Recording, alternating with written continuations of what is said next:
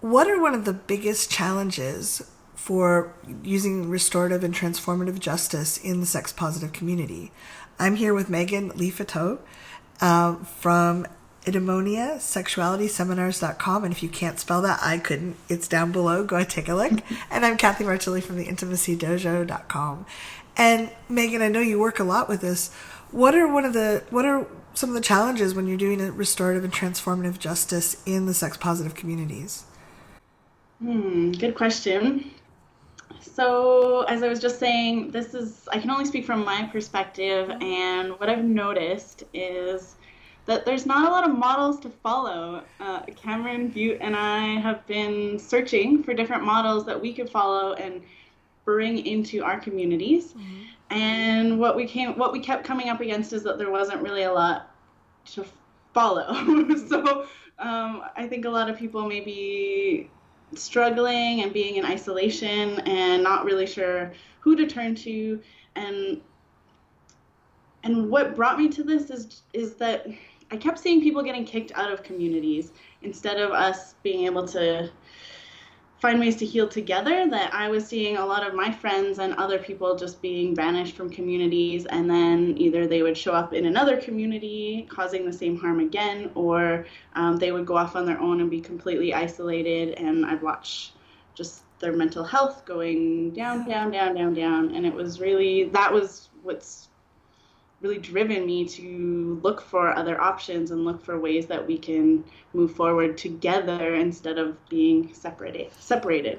Yeah, I so appreciate that because I have an abuse history and I always just wanted my abuser to get help.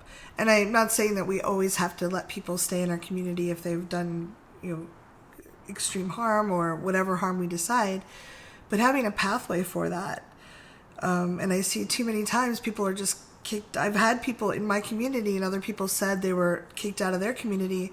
And I asked the person, do you understand why you were asked to leave? And they're like, nobody talked to me. They just told me not to come back. And I feel lost and confused. And I was like, people get to do that. They're not obligated to share. And because it does take a lot of courage. But if there's a pathway for it, it makes it so much easier. Yeah. So what, as you're going forward, like not having this template, which is in some ways beautiful because the carceral system is so messed up. It's not like, while there's black and white lines, they're applied really weirdly, depending on what color your skin is. And yeah. As you've gone through the process, and Cameron shared some in the interview we did with him, which I loved his courage. How do you figure out, like, how are you balancing the community's needs and the person's needs and the victim's needs? Like, there's a whole bunch of different things pushing on this. How do you figure out where to walk so that you're not stepping on toes, like, left, right, and center? When someone's new, it's like, I have the analogy of learning to dance, and you're not only dancing with one person, you're dancing with this whole community, and no one knows the steps. Yeah. Yeah. So your question is, how do we balance, Yeah. right? Like, how do we do that? I don't know. And what I'm learning is that there isn't a hard, fast rule. Every situation is completely different. Every person is completely different. What they need and want, and what the community needs and wants, is completely different in every single case. So what has been coming up for me is realizing that this is an internal job, Oh, yeah. for each of us. So going from bringing it back to ourselves, bringing it back to what we need as an individual on a case-by-case basis from moment to moment, coming back to ourselves is what I'm finding is the most powerful, because there is no hard, fast rule, but we have this internal wisdom that we can draw on, and we can honor ourselves from moment to moment, from that place of being centered. And so that's kind of what keeps coming back up as we're going through, and we've been searching and sifting and looking for answers and ideas and processes and all of this, and it just keeps coming back to, oh yeah, self.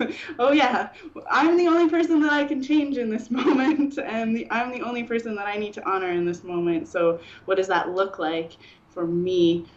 And when we can all kind of come back to that place, I think a lot of shifts can happen Yeah. Yeah. That's beautiful. I mean, I think that's so much of life too, but you're in a very intense situation where it's even more challenging sometimes to be centered like that. If I know that when I've hurt people, not intentionally, but just like humans will hurt each other sometimes, it's very hard to stay present. And when we're trying to guide people to a place where they can interact and hopefully bring someone back into the community in a more healthy way, we all bring different histories and experiences. So I really thank you so much for doing the work you're doing. Thank you. If someone was watching this, because some of the people, you're going to be presenting a presentation of restorative and transformative justice examples with an eye towards sexuality-focused communities at ConvergeCon. I love that. I'm so excited. But some of the people watching may not be able to get to ConvergeCon. So if someone is either wanting to start a transformative or restorative justice process, either as someone who's harmed someone or part of the community or someone who's been a victim, where would they start? And you've done a lot of research. I know you've done like all this work, and some people like West Kansas aren't going to know. There's probably not a community that they can necessarily turn to get, where does someone even start? Yeah. Great question. So you brought up a lot of really, really good points. The first thing that I would love to touch on is that you said that you've harmed people, and I think really getting to that place that we've all harmed in one way, shape, or form. This is how we interact as humans.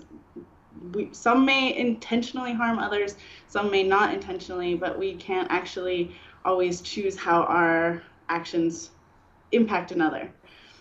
And so just coming to that place of acknowledging and being like compassionate with ourselves. Okay, like it's okay to acknowledge that I've done things that I haven't. I look back on my life and I'm sure in 10 years I'll look back on my life now see other and things. say, oh my gosh, that was where I was at. Oh my gosh, So just how could I not know all the stuff I know now after 10 years of experience? Yeah, and what keeps coming up too is that consent conversations are pretty new in most communities. We're still learning how to flex these muscles and have the conversations and realize how consent ripples out into every aspect of life. And it's still pretty new to be having these conversations. So just having compassion for ourselves, I think, is such a big piece. It's like, yeah, I fucked up, and this person's fucked up, and this person's fucked up. And so, yeah, where do we go? I think was the next part of your, like, how can someone move forward maybe without a support network or without other people in their lives that are doing this kind of work, I think was the next part of, or the core question. One, I think that if we can't admit I think when people try to be perfect and pretend they didn't do harm, it creates a horrible tension where they either have to be in denial or not see things. And we're human, and we don't know each other's histories. There's not a little barometer on our forehead or like, do not talk about this. And it doesn't mean that anyone's bad or wrong. And there are people that do it intentionally, but if someone wanted to form a pod and they're not in the sex positive community, if you go up to the average person on the street and say, will you be part of my pod? They're going to be like, what? Are we swimming with dolphins now or what? Like, what's going on? So it would be challenging to start. Like, where would someone start if they wanted to step out of, like, let's just kick everyone out that does harm?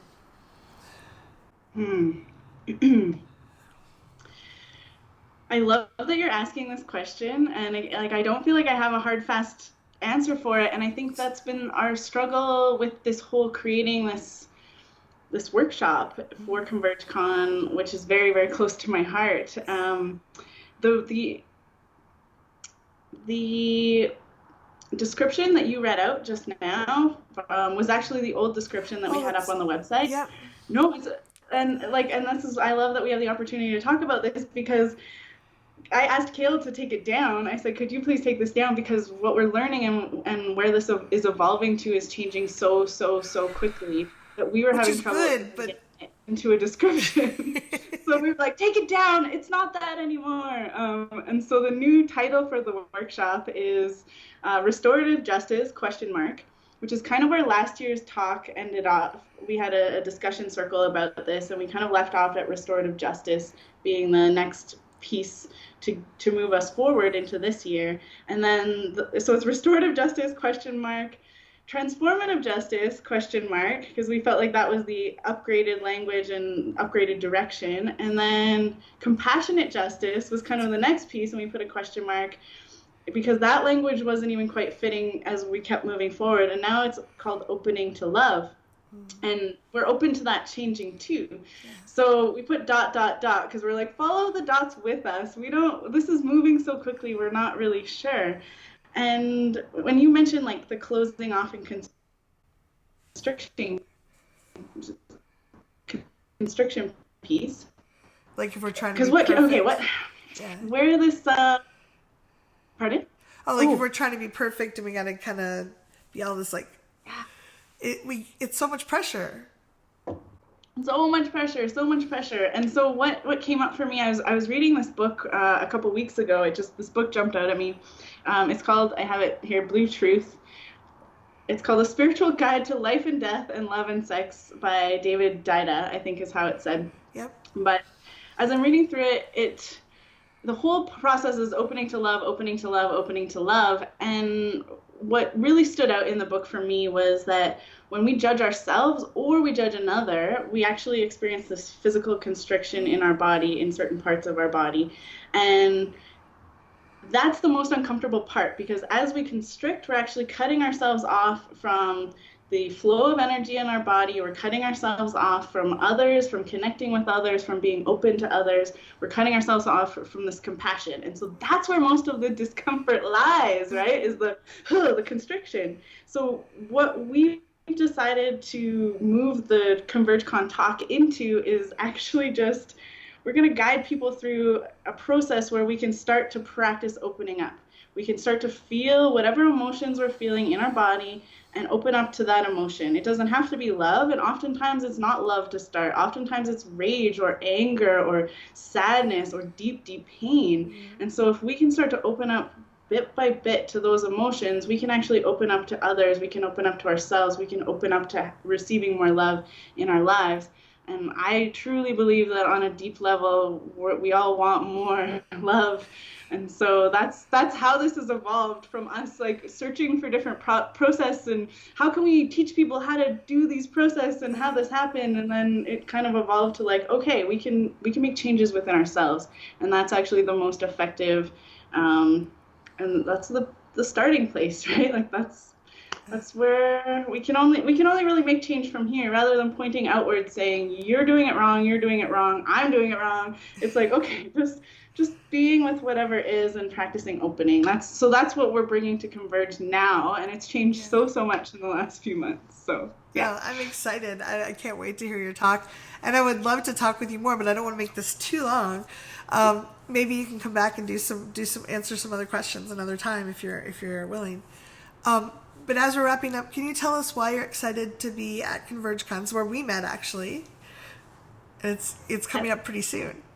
Yes, I'm so excited. I'm so excited to be at Converge. This will be my 3rd year at ConvergeCon, and I love that it brings so many people together with so much different wisdom. Everyone has different experiences and different knowledge and different wisdom, and we all get to converge and come together in this space and learn from each other. So what I found is within Calgary, I was feeling kind of isolated in Calgary and going through some of the stuff alone. And then I came to ConvergeCon and I was like, holy crap, other people are going through this stuff too, and I don't have to do it alone. And so I met a whole bunch of new people that are doing similar things in different ways, and it's created this beautiful network. So I'm excited to see my people and meet new people and have us all together and share so much knowledge and wisdom and excitement together. Oh, that's wonderful. I can't wait to see you. If you're watching this and you have questions, comments, thoughts, please leave them down below. I'll try to get Meagan back to do some more videos, and we'll try to answer your questions then. Thanks, Meagan. Thank you so much.